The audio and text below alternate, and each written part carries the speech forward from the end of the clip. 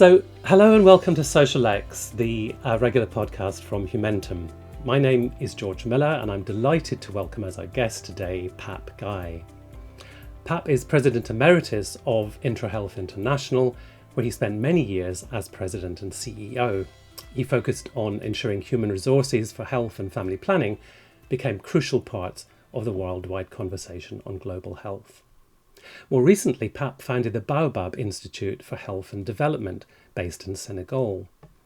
Its mission statement says, "We encourage, expedite and support local ownership and strengthen the capacity of local systems to deliver sustainable results at regional and national levels." The Institute's website also talks about their passion for partnerships, and partnerships are going to be central to our discussion of locally led development today.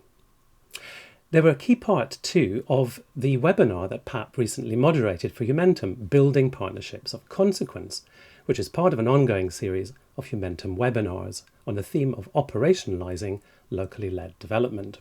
You can find out more about it on the Humentum website. Pape, a very warm welcome to SocialEx. Well, thank you, George. Very happy to be here. So besides being a chance to dig into some of the big themes that I've just sort of mentioned, this podcast is also an opportunity to get to know the guest a little bit better.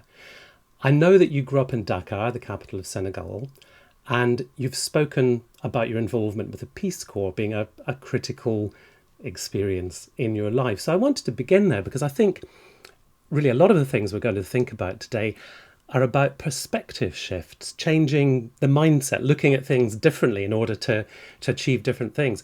And I wondered, was your experience with the Peace Corps, was that a sort of first encounter for you with a perspective shift in the way that you looked on the world, your country, and maybe what you wanted to do with your life?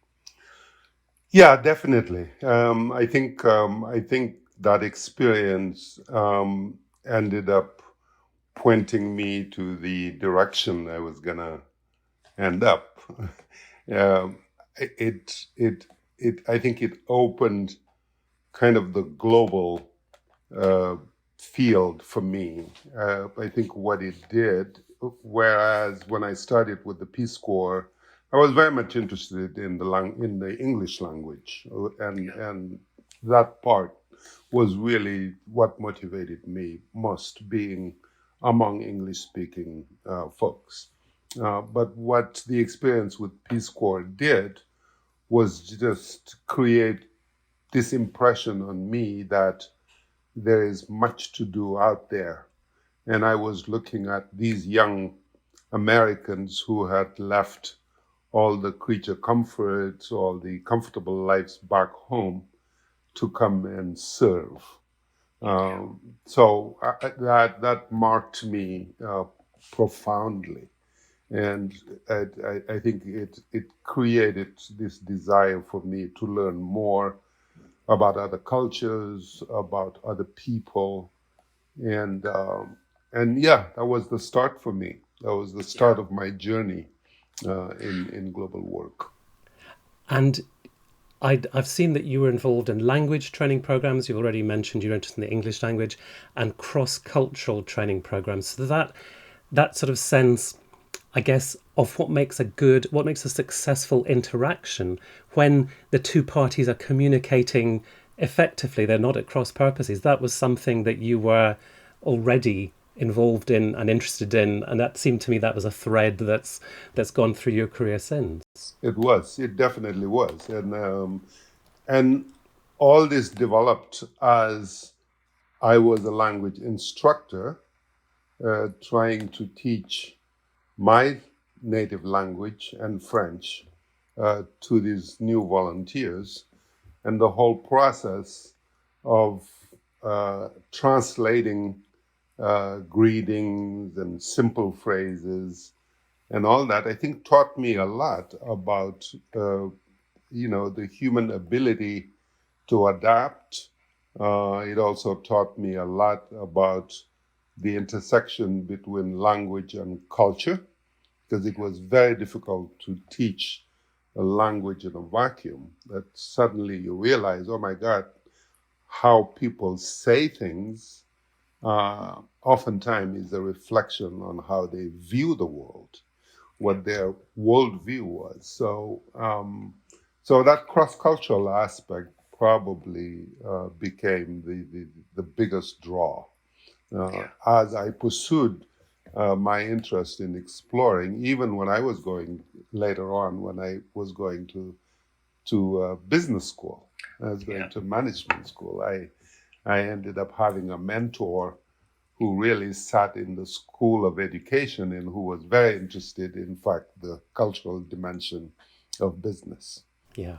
And is there a path that you didn't take where you might have gone into business and be, CEO of a very different kind of organization, or were you always focused on development, and the business was just a different way of, coming to that? No, I thought I was going to actually go for corporate America. I was, the reason why I shifted kind of a midway to go study business was I was interested in doing more in corporate America. I was interested in getting some experience with private sector. In the end, it didn't turn out that way. I ended up staying in the development, not-for-profit field. Yeah. So what was it about IntraHealth that sort of spoke to you? What was it that made that such a good match for your interests and talents? Because you were there for several decades, weren't you? I think it was the training and capacity building aspect. I was living.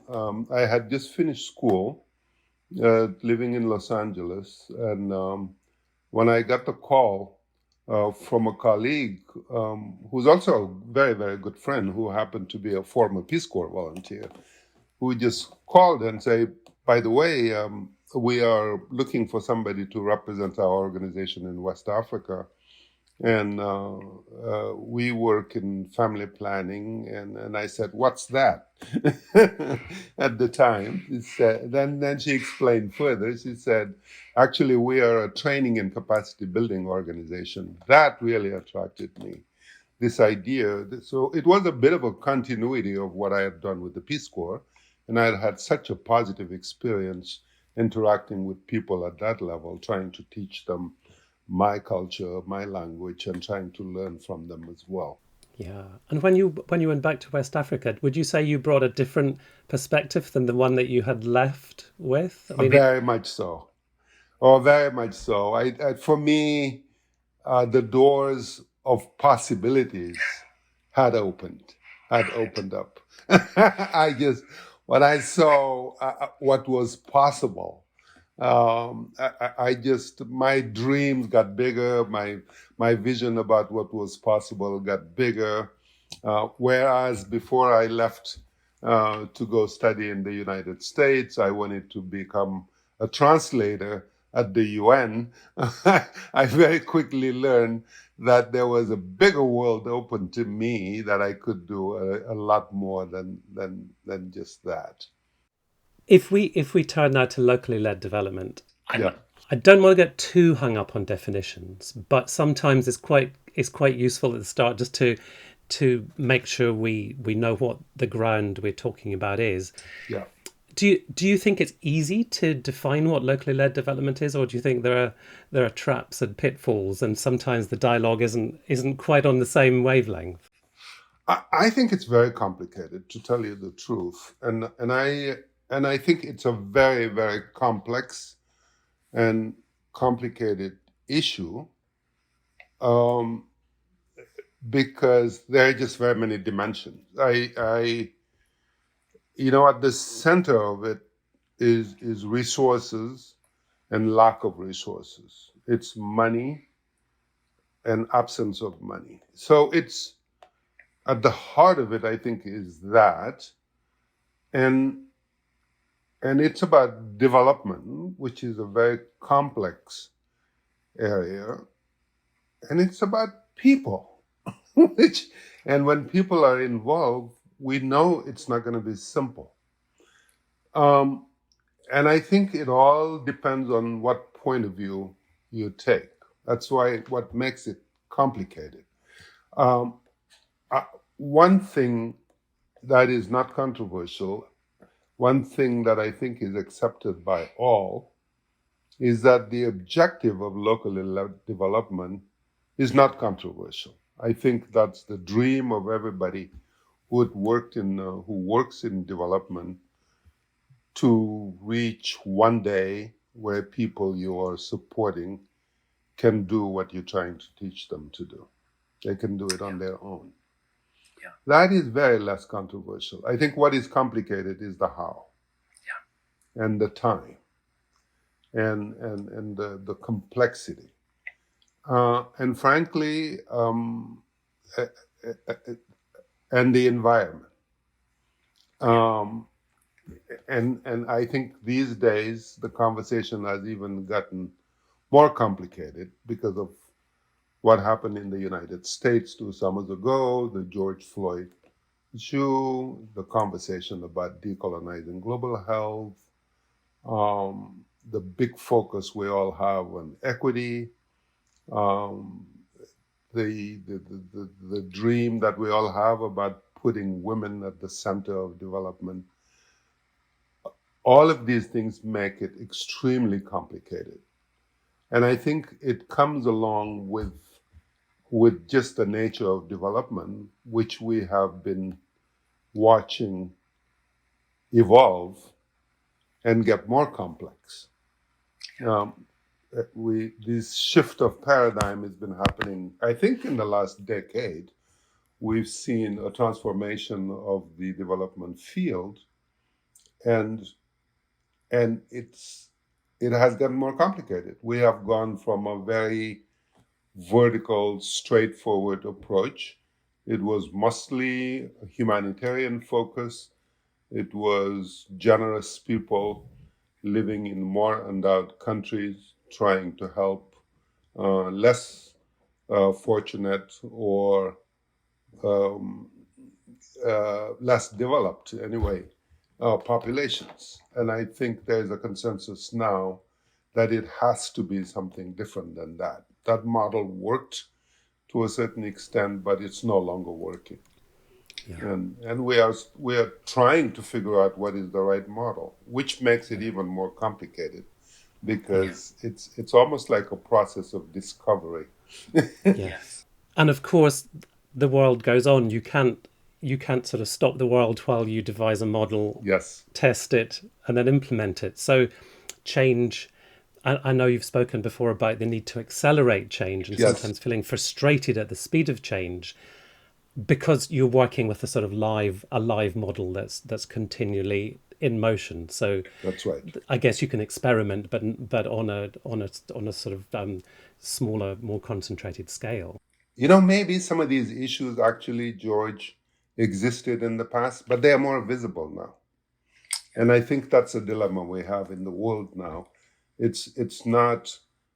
It's just that this problem exists, but with the progress we've made in putting information out there and making information accessible, everybody can see. Everybody can see what the issue is. This then create this new impatience that we are seeing. Some like to call these new breed of development workers, these social entrepreneurs. No wonder some people call them the eternal optimist, or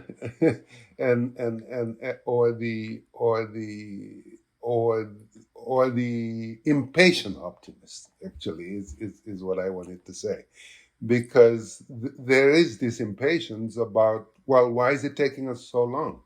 The money should not be the problem. There is money. Skill set is there. So what's wrong? How can we be, how come we're not making progress faster? So there is urgency. I'm on the camp of people saying we've made tremendous progress, but we can make even more, and we can make more faster. I think I advocate for us to put ourselves in front of an urgent agenda. I think the difficulty when you're working in development, when you're trying to save lives, it's just like the quicker you do it, the better. So if you factor that in, it even adds more to the complexity because people have just waited too long and they can't wait anymore.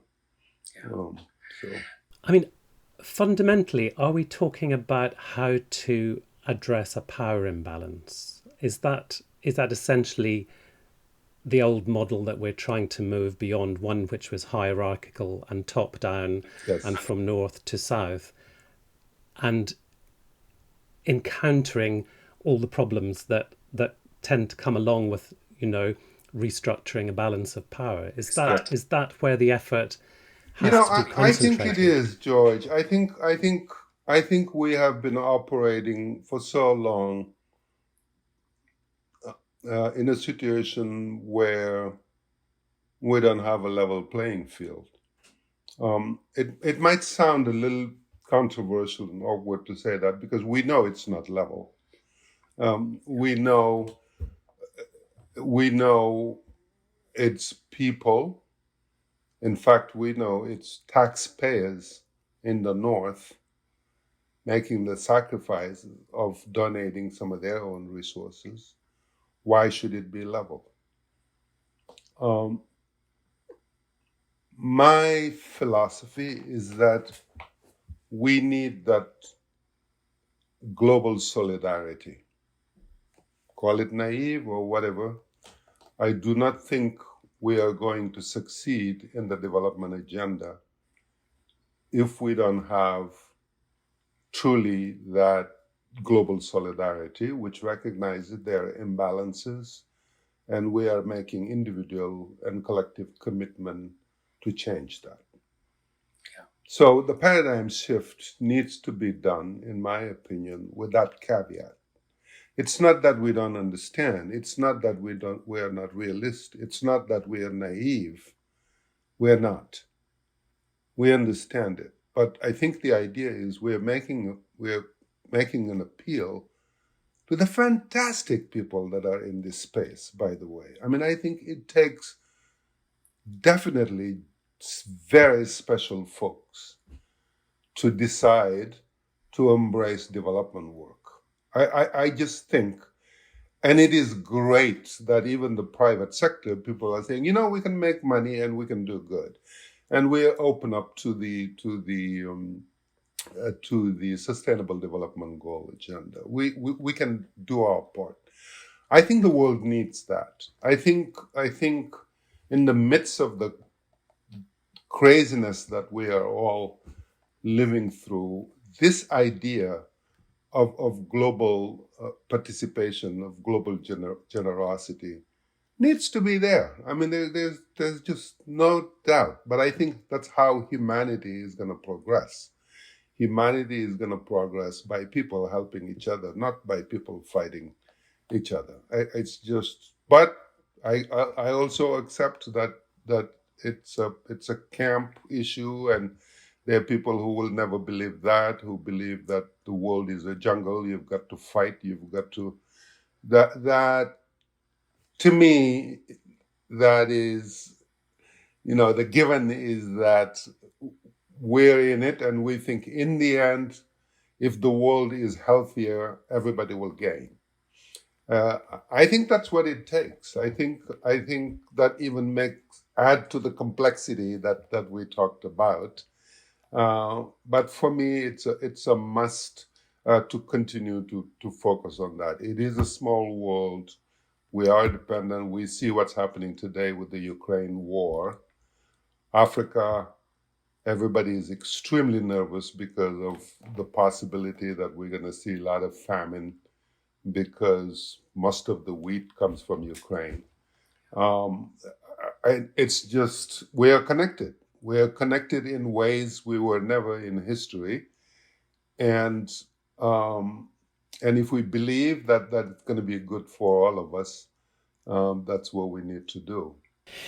I was looking at the seminar that you did for Humentum about partnerships of consequence, and you were talking about the need to unlearn certain Yes. things that we perhaps have held on to too long, and you said individual engagement is where it all starts. And I wanted to get you to talk a little bit about how you can begin to make that sort of self-querying, self-questioning that can begin to free you up to think about things in a different way. People like me who've come here, studied at an American university, worked for a big American international NGO, we could be very easily in a position where we are perpetrating what we're trying to change.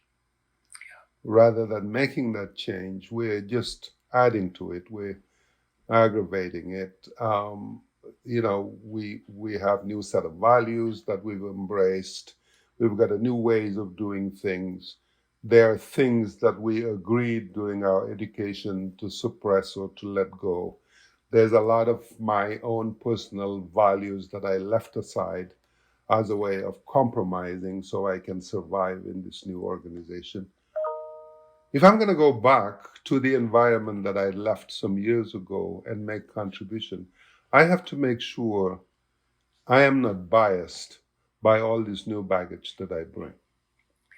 This is why, to me, it's so important to encourage people to do that deep analysis, because in the end, the system may change, but if you make the necessary changes at your individual level, then you'll be much more efficient trying to change the system.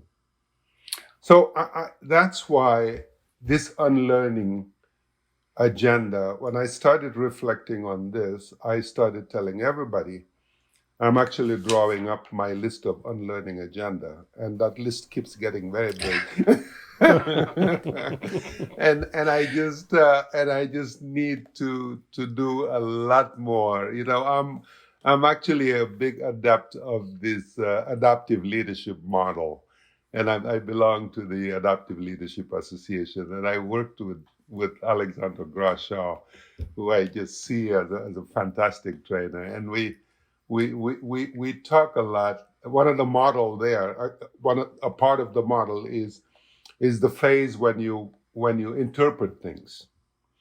And I think this is where we need to spend a little bit more time, because we're quick to interpret and move on, and there's always room to stop, pause, and search for different interpretation.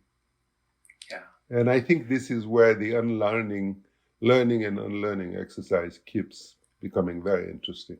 So I just think it's a good thing to do. I think for us change agent, a couple of years ago, there was an awakening here. And we woke up one morning and we found out, oh my God, our work got harder overnight. If we have to embrace all of this complexity, if we have to pay more attention to diversity, if we have to pay more attention to equity, if we have to fight and be aware of the impact of colonization on development, then there is a lot more to it than we thought. And it's not going to get easier, folks. It's just going to get more complicated. So the more we can prepare ourselves and the more we can buckle up, I think the better change agent we will become. So you had all these things in your mind when you were planning the Baobab Institute. Yes. I'm guessing you were aware of all the complexity, the unlearning agenda, the need to be adaptive, how much more, as you say, how much more complicated the world and development had become. So tell me about what the motivation was to plunge in, given all those circumstances, what you were hoping to do and what you were hoping to avoid doing. Before the pandemic, 5 years ago, I think I started thinking about this idea of creating something after I retired. And to me, it was very simple. I was going to go back to Senegal and I was going to actually open up a training center. And I started talking to the Senegalese government about getting a piece of land and all of that. And then COVID hit, and then we had this, I made my transition during the pandemic. I think that week when we were closing the office was the week that I was transitioning with my successor. Ever since we transitioned, she hasn't had a chance to actually be physically present in the office and all of that. Um, so so I said, okay, maybe there's room here for more learning. I started doing a lot of talking, a lot of listening, and a lot of observing because I was seeing how can we add. So I think I got a chance to think a little bit more that the idea of a training center was there, but that was probably not all I wanted to do. What I really wanted to do is create a movement whereby locally there will be thinking, conversation, exchange of ideas, and contribution on this discussion about locally led development. Because we don't do that, George. All the thinking about development, because development was a phenomenon that was not born out of the countries, it was born out of the goodwill of the international communities, the donor communities, philanthropists. So it remains that way.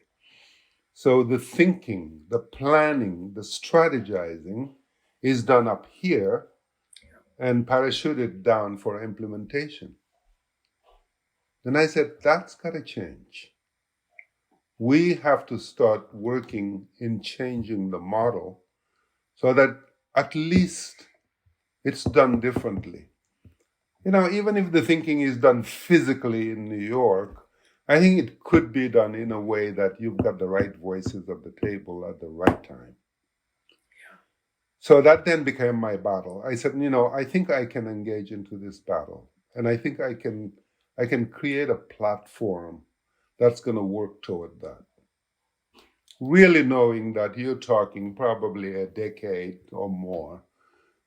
If you want to, especially in Francophone West Africa, I decided to focus in this aspect. Although, I want to work on the continent, I want to serve the continent. But I think the right place to stay with me is French-speaking Africa because it happens to be the place where we've got the worst health indicators, that region has been a little behind because of language. So I wanted to fight against that as well. We don't have to wait for strategies to be tried out in Uganda and Kenya, and then first we could start from scratch. And so I started thinking about, and I don't think our audience should be just the international development community. That community has gotten much, much larger. Even though we continue to act and to speak like it's a sector in itself, it has become, the lines have blurred so much that it's very difficult to see it just in terms of not-for-profit and for-profit. It's become much, much more complicated. I don't know where these social entrepreneurs sit. They sit in the middle. The private sector is much more willing to engage in development, and then there are win-win things to make. I think there are complementary roles in these sectors. All of these things, if you figure out not so much the field today or in the past, but where the field might go tomorrow, then I thought I think this would be good to create a platform to engage talent, to continue to nurture talent, because Africa, one of the assets that is so formidable for Africa, it's not just natural resources, like there's plenty of it, but it's people. It's really the quality of people. I was reading sometime last year how well African students do in the US. And I suspect in the UK, they don't do too bad neither. Among foreigners that come to study, they tend to rank pretty well. And I'm always amazed by by human resources around the world and how Africans are doing well. So I think continuing to invest in in in um, uh, in people uh, could pay very large dividend for the continent. So it's all of these things that and we're still thinking and we're still collecting. Our intention is to open up the doors for conversations. I would love for us to be able to generate data and good conversation about what Africans think about this whole locally led development. How do they see it? Is that a priority? Are we crazy to be thinking about it that way? Are we thinking about it, the proper way? Those kind of things. Those help me set up Baobab and as a platform. And is there a tension, Pap, between the need to accelerate that we talked about earlier versus what you've been describing, which is actually quite a careful building of the groundwork, Yeah, starting the conversation, bringing people in through the door, literally, metaphorically, yeah. and hopefully that will lead in time to sustainable partnerships. But is there a tension there between wanting to move things quickly but actually wanting them to last? Very big tensions. Well, we are still talking about humanitarian work. Unfortunately, while we're having this thinking, while we're having great human resources come out of the best schools around the world, unfortunately, we're having situation worsen in part of the world. And if we take Africa, certainly you take sub-Saharan Africa and you take the Sahel region, which has all new set of problems with security and jihadists and all these issues. And then you've got climate, and you've got climate which is having such bad impact on coastal communities, on desertification, on so these are new issues and new problems. And because of this, and of course we're not in a situation where the job is done. We still have lots of unfinished business. We've cut extreme poverty in more than a half. We've cut maternal mortality in more than a half. We are talking eventually about malaria elimination. We are beginning to say that people can live with HIV/AIDS. So we've made tremendous progress. But then you see what's happening with COVID, with monkeypox, it's just like it's. So you're gonna have these yes, this tension. So I don't blame people who are saying, "What are you talking about?" I'm talking about South Sudan. People are still dying. Mothers are still dying. Loads of mothers are dying every day. I don't have time to be negotiating a model and stuff. I just want to put in money and help and move on. That kind of thing. This is the complexity that I'm talking about. Is that duality and the fact that we have to live with this. You have to say, I can. The reason why we are rejecting the current model is that it's no longer enough. We're not saying it's not good, but it's no longer enough. People are impatient. They want the result yesterday. And it's a reality that there are people still dying. And there are new diseases coming. And there is change in the epidemiological profile. So that's why I said we woke up one day saying, oh my God, it's just much more complicated. So lots of tension. And I think when people are trying, I think it would be a mistake to see localization or locally led development as kind of it's not black and white. It's not. It's a continuum where I think we need to refocus on what we measure, because that part I think we are not doing very well. We have good system to measure progress in terms of life saves, in terms of people we are curing, in terms of contraception that we are providing to people. Those kind of things. We've developed incredible ability to do that well. But there are some new things that are much, much harder. When you're talking about the systems realm, when you're talking about measuring how far we've gone in strengthening system, that's complicated. You know, the one of our donors, the Gates Foundation, taken a long time to invest in health system, and they're still not investing in health system in the way we frankly would like them to do. They are focusing to invest on strengthening the primary health care system, which would be a huge contribution because that even tend to be more complicated to measure what goes into primary health care system and how do we make sure, how do we know we're making progress. So those kinds of things. It's so that I think that's kind of the bottom line is that we need a new brand that's gonna have some of what the past offered and a little bit more. And this is where it becomes complicated because unfortunately we don't have enough resources to go around and we still have to make choices. You must sometimes meet people who say, well, locally led development, it sounds like a good idea, but what about accountability? What about measurability? What about scalability?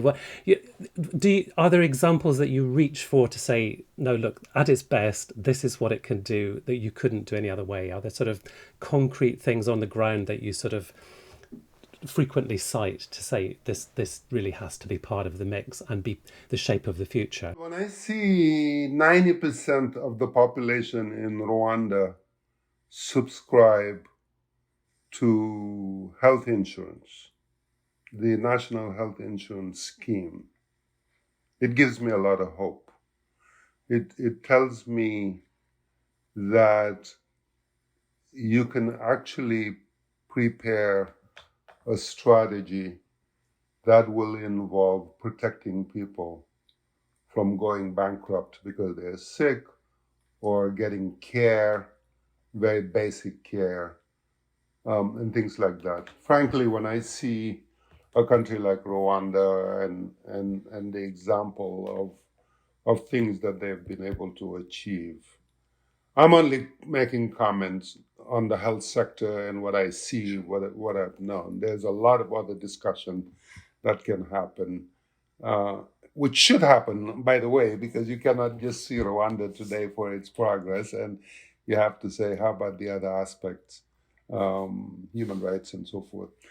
But that gives me hope that yes, I think we've seen a handful of countries that have done extremely well with the SDGs, with certain SDGs, and frankly, when I look at the country where I've been spending a lot of time, the United States, and how the health system as a whole is not working to my liking for the majority of people, then I said, I think there are actually ways to have something that's going to serve more people.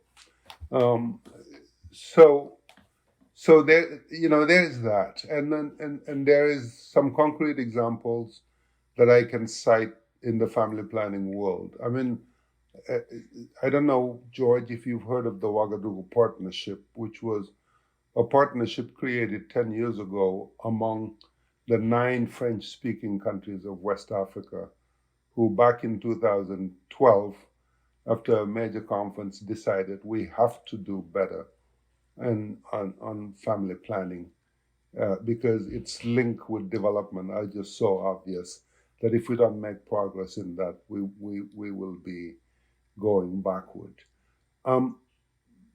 There's been incredible progress in a few countries in that region when it comes to embracing family planning and actually making tangible progress.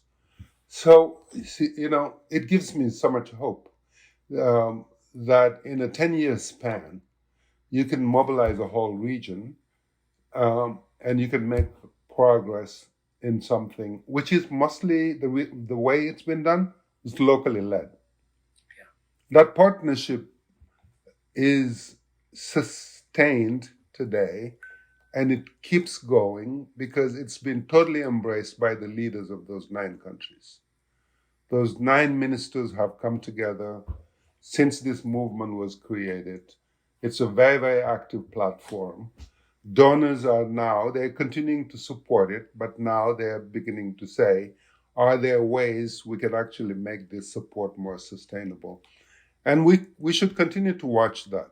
The Family Planning 2030 initiative is getting a lot of inspiration from the Ouagadougou Partnership as a model.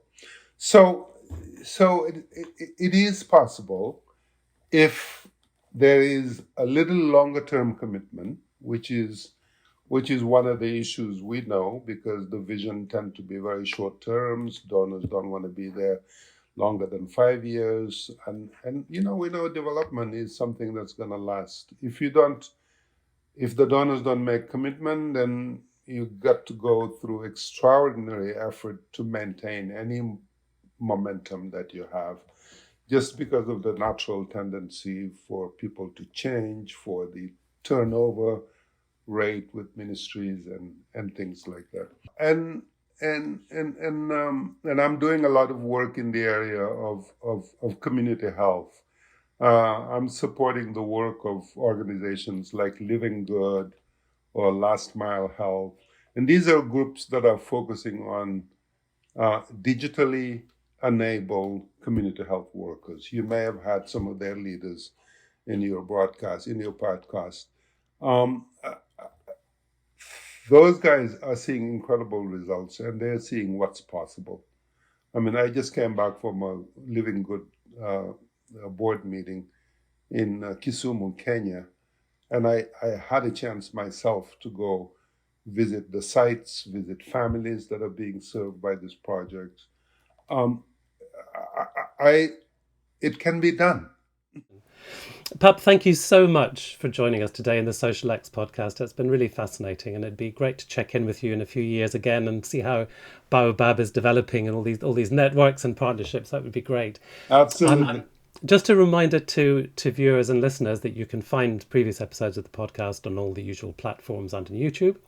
And if you found this conversation thought-provoking, do visit the Humentum website and check out the ongoing Operationalising Locally Led Development series of webinars that Pape has already hosted one episode of. I hope you'll join us again soon for another programme in this series. And until then, thank you very much for watching. And thank you again to Pape. Okay, thank you, George.